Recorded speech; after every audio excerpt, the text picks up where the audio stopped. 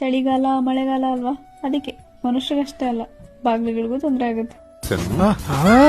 Workout ಇಲ್ಲೇ ಆಗೋಯ್ತು. Anyway, welcome back to day 18 of my fitness. ಬಾಗ್ಲು ತೊಳಿತಿರ್ಬೇಕಾದ್ರೆ ಪಕ್ಕದ ಮನೆಯಿಂದ ಏನೋ ಕೇಳಿಸ್ತು ಗೊತ್ತಾ? ಎಲ್ಲರೂ ಈ ಕಾಲದಲ್ಲಿ ಟೇಬಲ್ಸ್ ಅಂತ ಹೇಳ್ಕೊಡ್ತಿರ್ಬೇಕಾದ್ರೆ ಅವರ ಮಕ್ಕಳಿಗೆ ಬಗ್ಗೆ ಹೇಳ್ಕೊಡ್ತಾ ಇದ್ರು ಕನ್ನಡದಲ್ಲಿ. ಕೇಳಿ ನನಗಂತೂ ತುಂಬಾ ಖುಷಿ ಆಗೋಯ್ತು. ಮನೆಯೆಲ್ಲ ಕ್ಲೀನ್ ಮಾಡಿ ಬ್ಲಾಕ್ ಕಾಫಿ ಕುಡಿತಿದ್ನಲ್ಲ, ಸಾಹೇಬ್ರು ನನಗೇನು ಊಟ ಹಾಕಿಲ್ಲ ಅಂತ ಕಸನೆಲ್ಲ ಇಟ್ಟಾಡಿದಾರೆ ಮನೇಲಿ. ಊಟ ಹಾಕಿದ್ಮೇಲೆ ಒಂದ್ ಲೆವೆಲ್ಗೆ ಓಕೆ, ಬರೀ ಬ್ಲಾಕ್ ಕಾಫಿ ಕುಡಿದ್ರೆ ಏನ್ ಸಲತ್ತೆ? ಅದಕ್ಕೆ ನಾನು ಓಟ್ ಮಿಲ್ಕ್ ಕುಡಿದ್ಬಿಟ್ಟು ರೆಡಿ ಆದ ಜಿಮ್ಗೆ. ಏನೋ ಒಂಥರ ಸ್ಕೂಲಲ್ಲಿ ಇದ್ದಾಗ ಸಮ್ಮರ್ ಹಾಲಿಡೇಸ್ ಎಲ್ಲ ಮುಗಿಸ್ಕೊಂಡು ಮತ್ತೆ ಸ್ಕೂಲ್ಗೆ ಹೋಗ್ತಿದೀವಿ ಅನ್ನೋ ಫೀಲಿಂಗ್.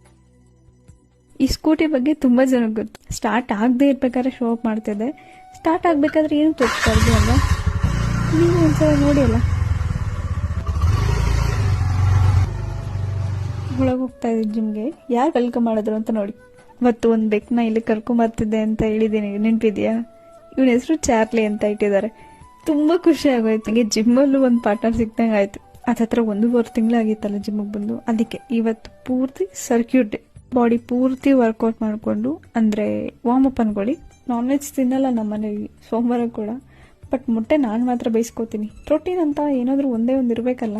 ಬೇಯಿಸ್ಕೊಂಡಿಲ್ಲ, ಆಮ್ಲೆಟ್ ಮಾಡ್ಕೊಂಡಿದ್ದೀನಿ. 3 ಮೊಟ್ಟೆ ಆಮ್ಲೆಟ್ ಮಾಡ್ಕೊಂಡು ಅನ್ನೋ ಸೋರ್ ಜೊತೆ ತಿಂತಾ ಇದ್ದೀನಿ. ಹುಳಿ ಸಾರಿಗೆ ಯಾರಾದ್ರೂ ಕಡ್ಲಿ ಬೀಜ ಹಾಕೋದು ಮಾಡಿದಿರಾ? ನಮ್ಮಮ್ಮ ಹಾಕಿದ್ದಾರೆ. ಯಾಕೆ ಅಂದ್ರೆ ಮತ್ತೆ ವೇಸ್ಟ್ ಆಗ್ಬಿಡುತ್ತೆ ಅಂತ. ವಿಡಿಯೋ ಮಾಡೋದಕ್ಕೆ ಅಂತ ಮಾಡಿ ಮೇಲಕ್ಕೆ ಹೋಗಿ ಹೆಡ್ಫೋನ್ಸ್ ಅಲ್ಲೇ ಬಿಟ್ಟು ಬಂದಿದ್ದೆ. 2 ದಿನ ಆದ್ಮೇಲೆ ನೆನ್ಪಿಸ್ಕೊಂತಾ ಇದ್ದೀನಿ. ಮನೆ ಬೀಗ ಕೊಟ್ರು, ಒಳಗಿಟ್ಟಿದ್ದಾರಂತೆ, ಮೇಲಕ್ಕೆ ಹೋಗ್ಬಿಟ್ಟು ತಗೊಂಬಂದಿದ್ದಾಯ್ತು.